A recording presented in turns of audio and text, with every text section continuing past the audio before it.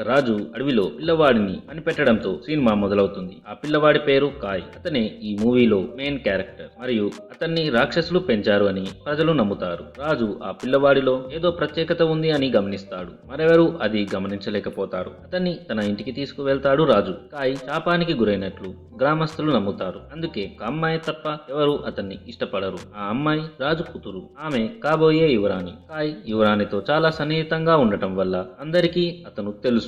కాలం గడిచే కొద్దీ కాయ్ పెద్దవాడు అవుతాడు. కానీ అతని ప్రవర్తనలో ఎలాంటి మార్పు ఉండదు. చిన్నప్పటి నుంచి అందరినీ గౌరవిస్తూ ఉండేవాడు. నెక్స్ట్ సీన్ లో ఎక్కడి నుంచో ఒక భారీ రాక్షస మృగం అడవిలోకి వచ్చినట్లు చూపిస్తారు. సైనికులందరూ ఆ రాక్షస మృగాన్ని పట్టుకోవడానికి ప్రయత్నిస్తుంటారు. కానీ వారు దానిని పట్టుకోలేకపోతారు మరియు అది వారిపై ఆధిపత్యం చెలాయిస్తూ ఉంటుంది. అది అందరినీ దాడి చేసి చంపుతుంది. ఇంతలో 2 రంగుల కళ్ళతో ఒక నక్క కనిపిస్తుంది మరియు అది ప్రతిదీ గమనిస్తూ ఉంటుంది. ఆ పెద్ద మృగాన్ని ఎవరు నియంత్రించలేకపోతారు. కాయ్ కూడా తన గుర్రం మీద ఎక్కి వెంబడిస్తుంటాడు. ఒక సైనికుడు అయిన యాసునో మరియు ఆ మృగం ఎదురు పడతారు. ఆ మృగం అతని వైపు చూసి వేగంగా వస్తుంది. కాయ్ ఆ మృగం వైపు చూసి అతను దానిని ఆపకపోతే అది యాసునోను చంపేస్తుందని గమనిస్తాడు. ఆ మృగాన్ని ఆపడానికి కాయ్ కూడా చాలా వేగంగా వెళ్లి తన కత్తిని అందుకొని మృగంని పొడుస్తాడు. దానితో ఆ మృగం చనిపోతుంది. ఇలా కాయ్ యాసునో ప్రాణాన్ని కాపాడతాడు. యాసునో చాలా స్వార్థపరుడు. అతను నీ వల్ల రక్షించడం కంటే చనిపోవడమే మంచిదని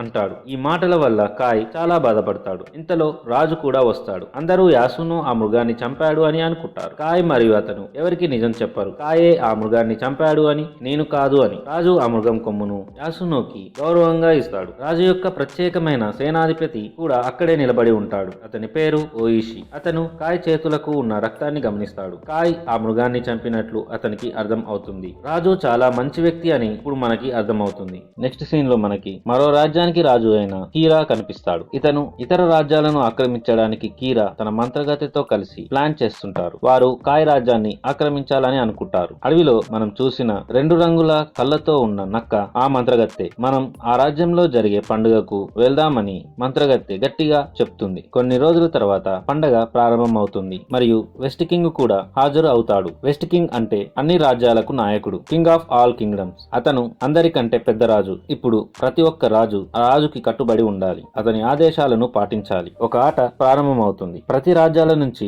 ఒక్కొక్క వారియర్ ముందుకు వచ్చి పోరాడాలి. ఎవరి యోధుడు గెలుస్తాడో ఆ రాజ్యం యొక్క గౌరవం పెరుగుతుంది. కీరా రాజ్యం నుంచి పొడవైన మరియు విశాలమైన వ్యక్తి వస్తాడు. అందరూ అతన్ని చూడగానే ఆశ్చర్యపోతారు. కాయ్ రాజ్యం వైపు నుండి యాసునో ముందుకు రావాలి. ఎందుకంటే యాసునో పెద్ద మృగాన్ని చంపాడు అని అందరూ అనుకుంటుంటారు. కానీ టెంట్ లో యాసునో విచిత్రమైన స్థితిలో కనిపిస్తాడు. సైన్యాధిపతి కొడుకు అతన్ని చూసి అతన్ని అడుగుతాడు, నీకు ఏమైంది, మీరు బాగున్నారా అని. నిజానికి యాసునో కళ్ళు తెల్లగా మారుతాయి. కాయ్కి అతన్ని చూడగానే అర్థమవుతుంది అతనిపై ఎవరో మంత్రప్రయోగం చేశారు అని. రాజ్యం యొక్క గౌరవం కోసం ఎవరైనా వెళ్ళాలి అని కాయ్ చెప్తాడు. కానీ ఒక నియమం ఉంది. పోరాటంలో ఒక యోధుడు మాత్రమే పోరాడాలి మరియు మరెవరూ పోరాడకూడదు. కాయ్ ఒక యోధుడు, కానీ ఎవరు అతన్ని యోధుడిలా చూడరు. అతను పవిత్రమైన వాడు కాదు అని అందరూ నమ్ముతారు. అయినా కూడా కాయ్ యోధుని యూనిఫామ్ వేసుకొని ముసుగు ధరించి ఆ పొడవాటి వ్యక్తితో పోరాడటానికి వెళ్తాడు. కాయ్ మొదట్లో అతనిపై ఆధిపత్యం చెలాయిస్తాడు. కానీ ఆ పొడవాటి వ్యక్తి కాయ్ని బలంగా తంతాడు. కాయ్ వెనక్కి పడిపోతాడు. కానీ కాయ్ మళ్ళీ నిలబడి అతనితో పోరాడుతాడు. ఈసారి కాయ్ కత్తి విరిగిపోతుంది. ఆ పొడవాటి వ్యక్తి కాయ్ని మొత్తం తన శక్తి ఉపయోగించి పంచ్ ఇస్తాడు. కాయ్ కొంత దూరం పడిపోతాడు మరియు అతనికి ఉన్న ముసుగు తొలగిపోతుంది. మరియు అక్కడ కాయ్ని చూసిన అందరూ ఆశ్చర్యపోతారు. ఆ పెద్దరాజు చూసి అతను యోధుడు కాదు అని, అతను కాయ్ వద్దకు వచ్చి, నువ్వు యోధుడివి కావు, నువ్వు ఇక్కడ ఏం చేస్తున్నావు అని అంటూ, దీనికి ఫలితం ఇప్పుడు నీకు మరణశిక్ష విధిస్తున్నా అంటాడు. కాయ్ మెడను కత్తితో నరకబోతుండగా యువరాణి అడ్డుపడుతుంది. ఆ రాజు అతనికి మరణశిక్షను ఆపి ఇంకో శిక్ష విధిస్తాడు. అతన్ని గట్టిగా కొట్టమంటాడు. రాజు ఆదేశాల మేరకు కాయ్ని దారుణంగా కొడతారు. నెక్స్ట్ సీన్ లో మనం మంత్రగత్తె మరియు కీరాని కలిసి ఒకే దగ్గర చూస్తాం. వారు ఈ రోజు రాత్రి రాజుని ఎలాగైనా చంపాలి అని ప్లాన్ వేసుకుంటారు. మంత్రగత్తె ఒక పథకం వేసి రాజు గదిలోకి వెళ్తుంది. ఆమె రాజుపై మంత్రప్రయోగం చేస్తుంది. అప్పుడు ఆ రాజు నిద్రలోనే కీరా తన కూతురితో అసభ్యంగా ప్రవర్తించడం చూస్తాడు. కత్తి తీసుకొని రాజు నిద్రలోనే అతన్ని చంపడానికి వెళ్తాడు. రాజు కీరాను చంపబోతుంటే సైనికులందరూ అతన్ని అడ్డుకుంటారు. రాజుపై పూర్తిగా మంత్రప్రయోగం చేయబడి ఉంటుంది. రాజుపై ఎవరో మంత్రప్రయోగం చేశారు అని రాజు కళ్ళను చూసిన తర్వాత ఓయిషికి అర్థమవుతుంది. పెద్దరాజు కూడా అక్కడికి వస్తాడు. రాజు కిరాను చంపడానికి ప్రయత్నించాడని తెలిసిన తర్వాత నువ్వు తప్పు చేశావని రాజుకి అర్థమయ్యేలా చెప్తాడు. అతను మీ అతిథి. అతను నిద్రపోతున్నప్పుడు మీరు అతన్ని చంపడానికి ప్రయత్నించారు. అది పెద్ద తప్పు. దానికి శిక్ష మరణమే. రాజు అయినా సాధారణ మనిషి అయినా న్యాయం జరగాల్సిందే. ఈ రాజ్యం కోసం నువ్వు చాలా కష్టపడ్డావు అని పెద్దరాజు రాజుతో చెప్తాడు. అందుకే నీకు మరణాన్ని గౌరవంగా ఇస్తాను. మీరు మీ చేతితోనే మీ ప్రాణాలను తీసుకోవాలి అని చెప్తాడు. ఒక మనిషి ఆత్మహత్య చేసుకుంటే అది గౌరవప్రదమైన చర్యగా ప్రజలు నమ్ముతారు. రాజు తన శిక్షను నిజాయితీగా అంగీకరిస్తాడు. అతను తన కడుపులో కత్తితో పొడుచుకుంటాడు. ఇందులో ఓయిషికి ఇష్టం లేకున్నా తన రాజుకు మద్దతు ఇస్తాడు. అతను రాజు తలని అతని శరీరం నుండి వేరు చేస్తాడు. తన తండ్రి మరణాన్ని చూసిన యువరాణి చాలా బాధపడుతుంది. ఈ రాజ్యాన్ని కీరాకు ఇవ్వాలని రాజు నిర్ణయం తీసుకుంటాడు. అది మంచి నిర్ణయం కాదు. యువరానికి 1 సంవత్సరం సమయం ఇస్తారు. వాళ్ళ నాన్న మరణం వల్ల ఆమె నిరాశకు గురైంది అని. ఆపై ఆమె కీరాను వివాహం చేసుకోవాలి. ఎందుకంటే కీరాకు అన్ని అధికారాలు ఉన్నాయి. అందుకే అతను అన్ని ప్రయోజనాలు పొందుతాడు. మొదట అతను యువరాణి యొక్క కమాండర్ ఓయిషిని ఖైదీని చేస్తాడు. తరువాత రాజు యొక్క ముఖ్య అనుచరులను జైలుకు పంపిస్తాడు. అతను కాయిని ఒక ద్వీపానికి పంపుతాడు. 1 సంవత్సరం గడుస్తుంది. 1 సంవత్సరం తర్వాత ఓయిషి శిక్ష కూడా ముగుస్తుంది. అతను విడుదలవుతాడు. తన తండ్రిని చూసిన ఓయిషి కొడుకు తన తండ్రిని ఇంటికి తీసుకువెళ్తాడు. ఓయిషి మనసులో పగ తీర్చుకోవడం ఒకటే ఉంటుంది. కీరాపై ప్రతీకారం తీర్చుకోవాలి అని అనుకుంటుంటాడు. అతన్ని చంపడానికి గల కారణం మొదటిది అతను తన రాజుకు చేసిన దానికి, రెండవది రాజు సహచరులకు చేసిన దానికి. అతను తన కొడుకును మన ఇతర సైనికులు ఎక్కడ ఉన్నారు అని అడుగుతాడు. అతని కొడుకు సమాధానం చెప్తాడు, వారు అందరూ అడవిలో దాక్కొని నివసిస్తున్నారు అని. ఓయిషి తన సందేశంను తన కొడుకు ద్వారా సైనికులకు పంపిస్తాడు. ఓయిషి స్వయంగా ఒకరిని వెతకడానికి వెళ్తాడు. ఓయిషి కాయిని పంపబడిన ద్వీపానికి వెళ్తాడు. ఆ ద్వీపం చాలా అధ్వానంగా ఉంటుంది. ప్రజలు బహిరంగంగా తాగుతారు మరియు చెత్త పనులు చేస్తుంటారు. దాని తర్వాత ఓయిషి లోపలికి వెళ్తాడు.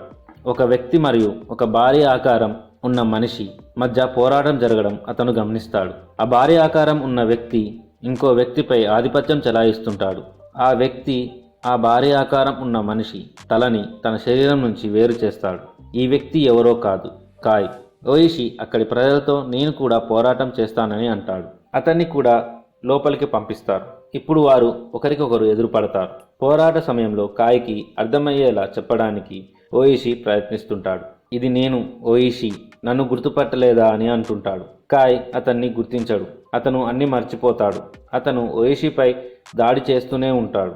ఓయిషి తనను తాను రక్షించుకోవడానికి మరియు కాయ్ని ఒప్పించడానికి ప్రయత్నిస్తూనే ఉంటాడు. కాయ్ ఇంకా అతన్ని గుర్తుపట్టలేదు. ఓయిషి అంటాడు, మనం యువరాణి కోసం ఇక్కడి నుంచి తప్పించుకోవాలి. ఆమెకు ఇచ్చిన 1 సంవత్సరం గడువు ముగిసింది. ఇప్పుడు ఆమెకు కీరాతో వివాహం జరుగుతుంది. మనం ఆమెను రక్షించాలి. దీంతో కాయ్కి అన్ని గుర్తుకు వస్తాయి. వారు ఇద్దరు పోరాడుతున్నట్లు నటిస్తుంటారు. పోట్లాడుకుంటూ అక్కడి నుంచి బయటకు వస్తారు. వారిని అడ్డుకునేందుకు అక్కడి వాళ్ళు వారిపై కాల్పులు చేస్తారు. కానీ ఎలాగో అలా బయటపడతారు. అక్కడి నుంచి వెళ్లే సమయంలో అక్కడ మంటలు పెట్టి అక్కడి నుంచి బయటకు వచ్చేస్తారు. నెక్స్ట్ సీన్లో వారు ఒక చిన్న సైన్యం తయారు చేస్తారు. కానీ వారి వద్ద ఆయుధాలు ఉండవు. కీరా అంటాడు, మనం అడవి రాక్షసుల నుండి ఆయుధాలను తీసుకుందాం. వారు మనకి సహాయం చేస్తారు అని నాకు తెలుసు అంటాడు. నిజానికి నేను అక్కడే పెరిగాను మరియు అక్కడే అన్ని నేర్చుకున్నాను. వారు మనకు ఒక షరతుతో ఆయుధాలను ఇస్తారు. మనం వారు పెట్టిన పరీక్షల్లో గెలవాల్సి ఉంటుంది అని అంటాడు. వారిలో ఒకరు అడుగుతారు, వారి పరీక్షలు ఎంత కష్టంగా ఉంటుంది అని. పరీక్ష చాలా కష్టమైనది. ప్రతి ఒక్కరూ పాస్ అవ్వడం అంత సులభం కాదని కాయ్ అంటాడు. వారు అడవిలోకి ప్రవేశిస్తారు. అది సాధారణమైన అడవి కాదు, అది హంటెడ్ ఫారెస్ట్. వారు వెళ్లే దారిలో సమాధానం నుంచి బయటకు వచ్చిన ఆత్మలు కనిపిస్తుంటాయి. వారు ఆ రాక్షసుల గుహల దగ్గరకు వెళ్తారు. కాయ్ తనతో ఓయిషిని మాత్రమే లోపలికి తీసుకెళ్తాడు. అతను అతనితో వచ్చిన వారిని బయటే ఉండమని చెప్తాడు. కొద్ది దూరం లోపలికి వెళ్ళాక ఓయిషిని అక్కడే ఉండమని అంటాడు కాయ్. ఏం జరిగినా ఎట్టి పరిస్థితుల్లో ఆయుధాన్ని బయటకు తీయవద్దని ఓయిషికి చెప్తాడు. కాయ్ లోపలికి వెళ్తాడు మరియు ఓయిషి కాయ్ కోసం అక్కడే ఎదురు చూస్తూ ఉంటాడు. అక్కడ ఉన్నవారు పసుపు రంగు దుస్తులు ధరించారు. వారంతా ముందుకు వంగి ఉంటారు. కాయ్ లోపలికి వెళ్తున్నప్పుడు ఒక మనిషిలాంటి రాక్షసుడు అక్కడికి వస్తాడు. ఇది నువ్వేనా? నువ్వు తిరిగి వచ్చావా? నువ్వు తిరిగి వస్తావని నాకు తెలుసు అని అంటాడు ఆ రాక్షసుడు. నేను ఆయుధాలు తీసుకువెళ్ళడానికి ఇక్కడకు వచ్చాను అని కాయ్ చెప్తాడు. వారి ఇద్దరి మధ్యలో ఒక కత్తి ఉంటుంది. ఆ రాక్షసుడు అతన్ని తీసుకోమని అంటాడు. ఇంతలో కాయ్ ఓయిషిని మాత్రమే తీసుకువెళ్ళాడు అని యాసునో అంటాడు. ఆ మనుషుల లాంటి రాక్షసులను నేను నమ్మలేను. కొంతసేపు చూస్తాను, అయినా వారు తిరిగి రాకుంటే మనం లోపలికి వెళ్దాం అంటాడు. ఓయిషి కూడా కాయ్ కోసం ఎదురు చూస్తూనే ఉంటాడు. ఇంతలో యాసునో తన సహచరులతో అక్కడికి వస్తాడు. ఓయిషి అంటాడు, మీరు లోపలికి ఎందుకు వచ్చారు? మీరు లోపలికి రావద్దు అని నేను మిమ్మల్ని ఆదేశించాను కదా అంటాడు. అక్కడ వంగి ఉన్న వాళ్ళు వణకడం ప్రారంభిస్తారు. అది చూసిన యాసునో తన కత్తిని బయటకు తీస్తాడు.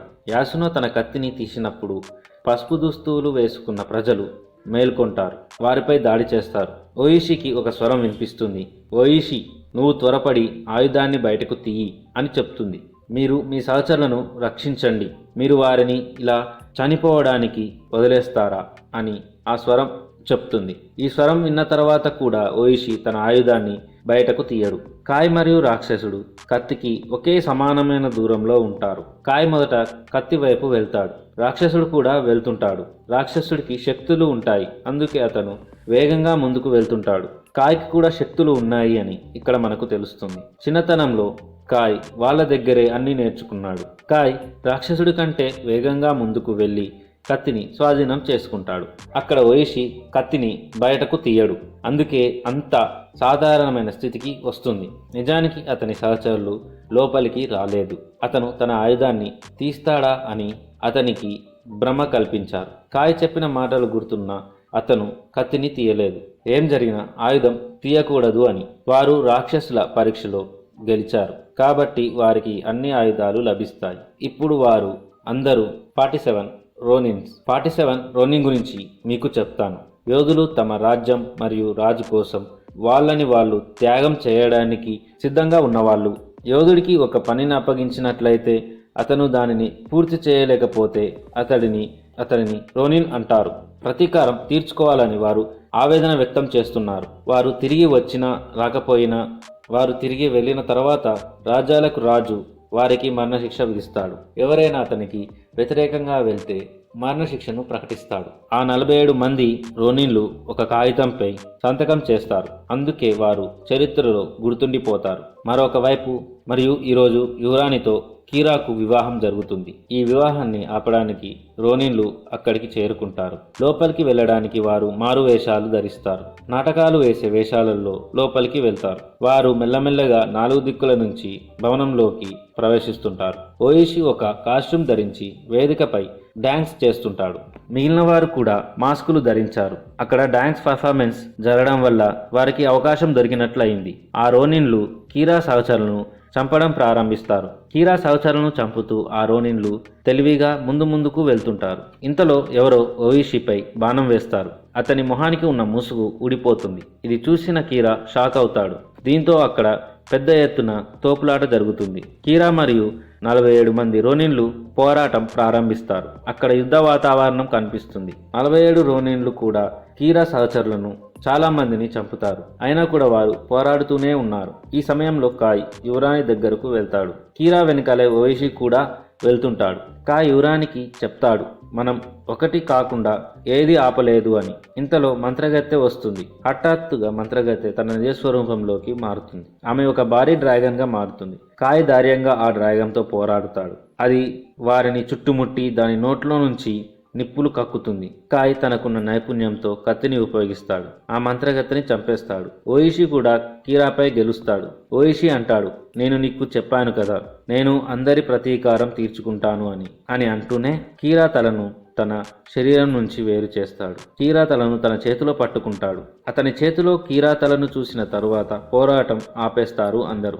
47 మంది రోనిలు ఇక్కడ గెలిచారు. కీరాపై కూడా పగ తీర్చుకున్నారు. కానీ వారు రాజు దగ్గరికి వెళ్ళినప్పుడు మీరు నాకు వ్యతిరేకంగా ఇలా చేశారు అని అంటాడు. దాడి చేయవద్దని, ప్రతీకారం తీర్చుకోవద్దని చెప్పాను. అందుకే మీకు మరణశిక్ష విధిస్తున్నాను. మీరందరూ గౌరవపదంగా మరణిస్తారు. మీరు నాకు వ్యతిరేకంగా వెళ్లారనడంలో సందేహం లేదు. కానీ మీ రాజుకి మంచి చేయడం కోసం మీరు మిమ్మల్ని పట్టించుకోలేదు. అందుకే మీరు గౌరవప్రదమైన మరణాన్ని అందుకున్నారు. మీ రాజుల మీరు కూడా మిమ్మల్ని మీరు చంపుకోవాలి. ఓయిషి రాజు మాటలను అంగీకరిస్తాడు. నెక్స్ట్ సీన్లో వారు తెల్లని దుస్తువులు ధరించి కనిపిస్తారు. తమను తాము చంపుకోవడానికి సిద్ధంగా ఉంటారు. ఇదంతా చూస్తుంటే యువరాణి తట్టుకోలేకపోతుంది. రాజు వారి నుండి ఓయిషి కొడుకును ఆపుతాడు. అతను ఇలా అంటాడు, నువ్వు నీ ప్రాణాలను తీసుకోవడం నాకు ఇష్టం లేదు. ఎందుకంటే ఓయిషికి గుర్తుగా నువ్వు మిగిలి ఉండాలి అని నేను కోరుకుంటున్నాను అంటాడు. వారు తమను తాము చంపుకుంటారు. వారిని చూస్తూ